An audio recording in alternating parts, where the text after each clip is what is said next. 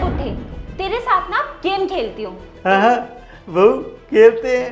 मैं ना इस गमले से तेरे सिर पर जो गमला रखा है उसे मारकर उड़ाऊंगी और जैसे तू जीतेगा ना तुझे टॉफियां मिलेंगी खाने के लिए। मुझे टॉफी मिलेगी, मुझे मजा आएगा। अब मजा आएगा ना। अब मैं इसकी गलत निशाना लगा के हर जगह मारूंगी और इसकी सारी हड्डियां तोड़ दूंगी।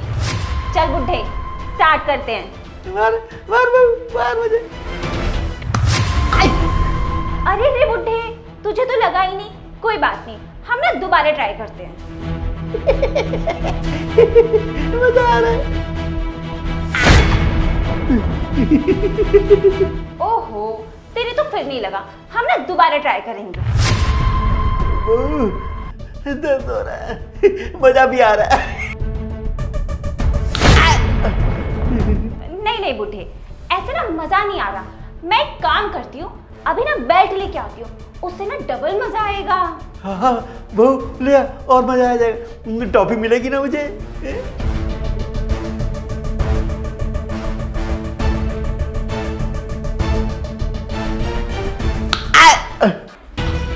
अब आएगा ना असली मजा।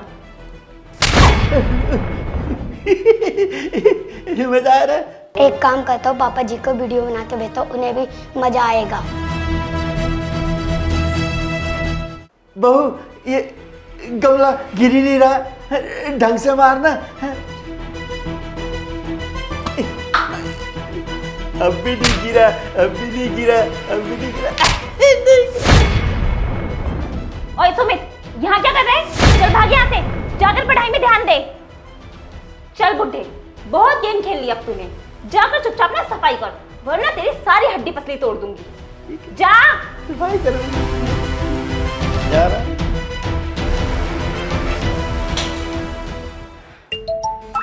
अरे शिवानी का मैसेज। ये क्या वीडियो भेजी इसने?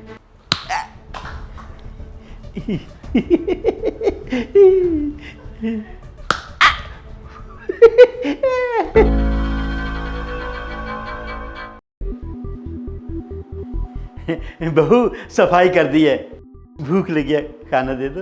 अच्छा बुड्ढे, तुझे भूख लगी है? हाँ। पर उससे पहले ना हम एक गेम और खेलेंगे। चल।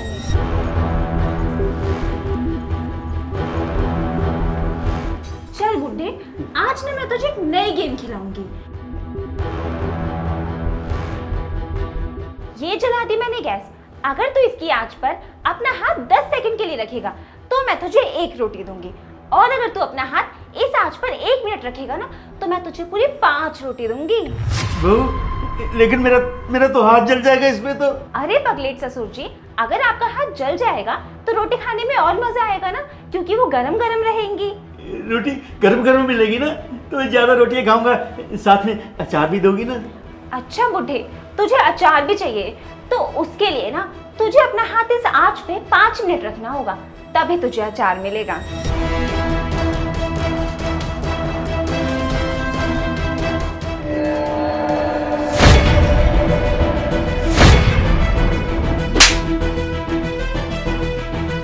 तुम क्या कर रही हो मेरे पापा के साथ? जतिन, तुमने मुझे चाटा क्यों मारा? मैं तो तुम्हारे पापा को बचा रही थी ना, ताकि वो अपना हाथ ना जला पाए। चुप करो तुम। मैं ना तुम्हारी सारी सच्चाई जानता हूँ कि तुम मेरे पापा के साथ क्या करने वाली थी। जतिन, तुम ना पुलिस के काम में इतने बिजी हो गए हो कि हरदम मुझ पे शक करते रहते हो। ये हमारा घर है, पुलिस स्टेशन नहीं है। कम से कम हमारे घर को तो छोड़ दो। देखो शिवानी, अगर मैं शक करता हूँ ना तो पूरे प्रूफ के साथ करता हूँ। प्रूफ? कैसा प्रूफ जतिन? मैं कुछ समझी नहीं। ये देखो।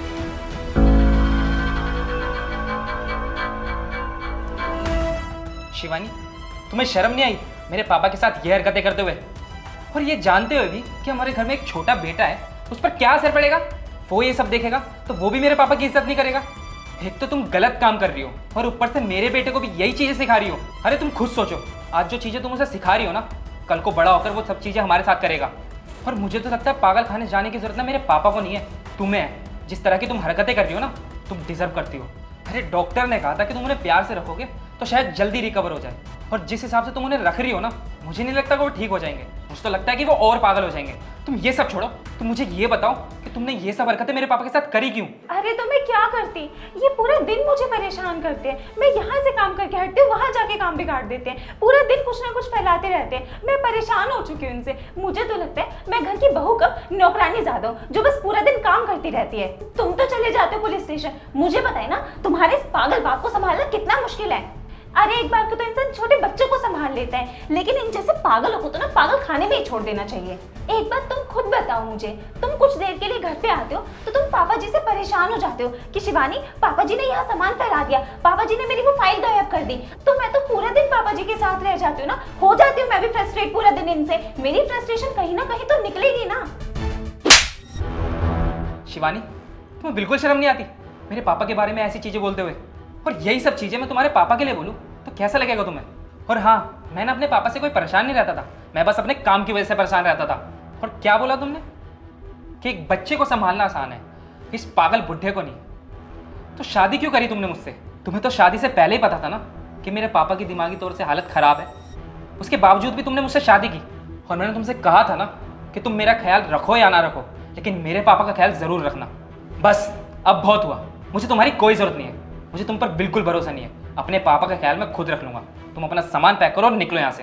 जतिन प्लीज मुझे माफ कर दो, मुझसे बहुत बड़ी गलती हो गई है। मैंने परेशानी में आके पापा जी के साथ ये सब कुछ कर दिया। मैंने ये नहीं देखा कि उनकी मानसिक हालत कितनी खराब है, उसके चलते भी मैंने इन्हें इतना परेशान किया, इतना सताया। मुझे इनका ख्याल रखना चाहिए था, लेकिन मेरी फ्रस्ट्रेशन मुझ पे इतनी हावी हो गई कि मुझे कुछ समझ ही नहीं आया और मैंने इनके साथ ये सब कर दिया। पर मैं तुमसे प्रॉमिस करती हूँ जतिन, आज के बाद ना ऐसा कुछ भी नहीं होगा। मैं पापा जी का अच्छे से ख्याल रखूंगी, प्लीज़ मुझे माफ़ कर दो।